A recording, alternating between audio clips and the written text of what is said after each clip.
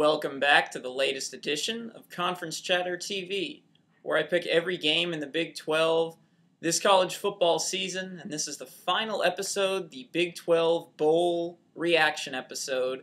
I picked all 8 bowl games that Big 12 teams were participating in, and I didn't do too badly. I went 5-3 in picking those Big 12 games, and I'm here to reflect on those games and look at a little bit to the future, to the 2011 college football season. For the year, for the complete season, I went 82-23, picking at a 78.1% clip. That is barely better than my first year of Conference Chatter TV last year. Last year, I went 81-24, picking at a 77.1% clip, so I improved my percentage by 1% from my first year. Not as much as I would have liked, but hey, I'll take any sort of improvement I can get there. That's not too bad. So the ones that I had correct here in the Big 12 bowl games, I had Oklahoma over Connecticut, Texas Tech over Northwestern, Oklahoma State over Arizona, LSU over Texas A&M, and Syracuse over Kansas State. I missed 3 of them, and those were Nebraska. They didn't show up. They lost to Washington, Baylor fell to Illinois, and Missouri fell to Iowa. So 5-3 in picking those games, not too bad. The Big 12 as a conference went 3-5 this bowl season. It has to be considered a disappointment. You know, there was only one team, Oklahoma, who played in a BCS bowl, and yeah, they beat Connecticut, but I know about 3 or 4 teams, maybe more, that could have beat Connecticut. 3 or 4 Big 12 teams that probably could have beaten Connecticut, so that's not that huge of an accomplishment. And 3-5 is just not a good showing. It was a little disappointing, and the Big 12, this has to be considered a down year. This is probably the worst the conference has been in a couple of years, and maybe we've been spoiled these past couple of years with Big 12 teams going to BCS bowl games and 2 teams playing in BCS games, but not this year, so a little bit of a down year. One thing became clear to me, though, and that is Oklahoma State was clearly the second best team in the Big 12 this season behind Oklahoma. I made a plea for Oklahoma State before the bowl games, any bowl game was even played, that Oklahoma State should have been playing in the Cotton Bowl, and you saw why. All due respect to Texas A&M, they couldn't play with LSU. That one wasn't that difficult to predict. It was a decent game for a while, but it became evident that LSU was clearly the better team, and I think Oklahoma State could have given LSU a much, much better game.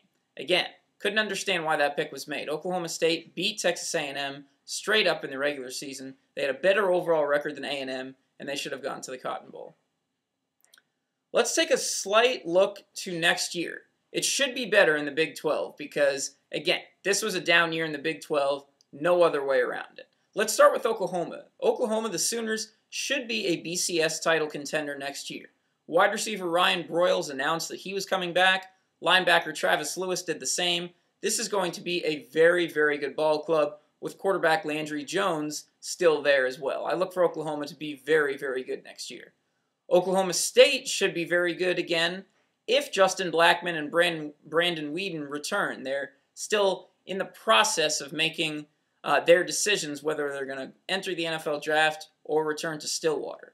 Oklahoma State coach Mike Gundy said, he didn't hide anything, saying that he thinks that the duo would be better served returning to Stillwater, building up their draft stock a little bit more, and then entering next year's NFL draft. So we'll see what happens. If this duo returns, Oklahoma State will contend for another Big 12 title again. Remember, no Big 12 championship game next year, so there's no South champion or North champion or anything like that will square off in a Big 12 title game, but Oklahoma State should be very good if those two return. Texas, they have nowhere to go but up after a disastrous 5-7 season.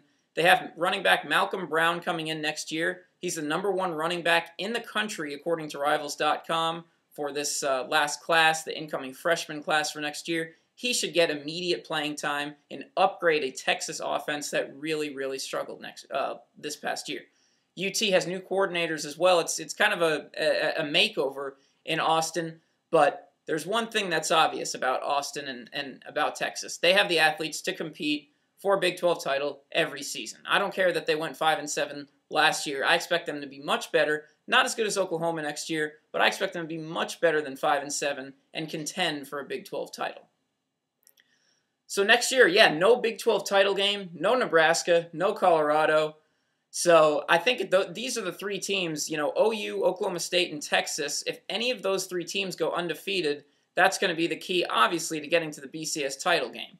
Since there's no Big 12 championship, there's a chance that if one of those teams loses one game, that they could sneak in to the BCS title, but chances are not as good. Now, without the Big 12 title game, you're pretty much going to have to go undefeated. It's kind of like the Big 10 right now. Got to pretty much go undefeated to get in the BCS title game. So I think those are the three teams that have the best chance at doing it for next season. I would have said Missouri, but since Blaine Gabbert is declared for the NFL draft, I think the Tigers are, that's certainly going to be a hit for Missouri next year. Still going to be good, but not quite as good as they could have been with Gabbert. I think that's all the time we have here on Conference Chatter TV. This was the last one of the season. I appreciate you guys sticking with me over the course of the year. It's been a really fun year in the Big 12, even though it's been a down year in the conference. But it's been fun. It's been really fun. Appreciate all you guys who have commented each and every week and have come back to Conference Chatter TV to make your opinions known. My name's Eric Sorrentino. Thanks again, guys, and we'll talk to you again soon.